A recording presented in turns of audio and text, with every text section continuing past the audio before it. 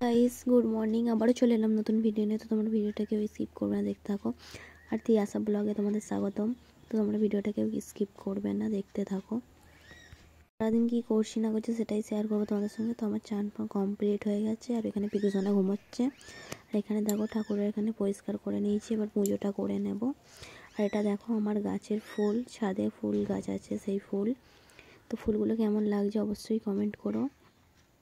তো তারপরে দেখো এখানে আমি পুজো করে নিয়েছি, তোমাদের সঙ্গে সেটাও শেয়ার করলাম।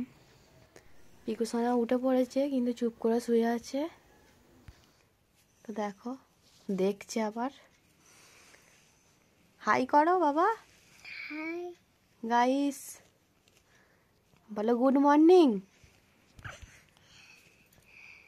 বলো। তো তোমরা ভিডিওটা দেখতে থাকো, আর ওকে আমি তুলবো এবারে। তারপরে পিকুসোনা উঠে পড়েছিল, ওর খাওয়া দাওয়া হয়ে গেছে। আর এখানে দেখো ডালিয়া, আর আজকে সকালে ডালিয়া টিফিন করেছি, তো সেটা এখন নিয়ে খাচ্ছে ও। তো তারপরে রান্না বান্না করে ছাদে চলে এসেছিলাম। তো আজকের মেনুতে ছিল ডিমের ঝোল আর ভাত। আর ওইদিকে দেখো পিকুসোনা কি করছে, ফোন দেখছে। দেখো ওকে ফোন দেখতে দিয়েছি, আর আমরা ছাদে চলে এসেছি ভাত খাবো বলে। দেখো এখানে জল খাচ্ছে কেমন করে।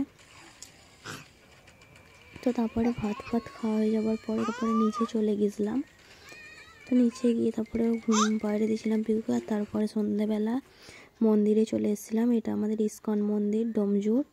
তো কে কে এসছো অবশ্যই কমেন্ট করে জানাবে। তো ভালো লাগলে ভিডিওটা লাইক কমেন্ট শেয়ার। আর এই ভিডিওটা পরে আসবে, ইস্কন মন্দিরের ভিডিওটা।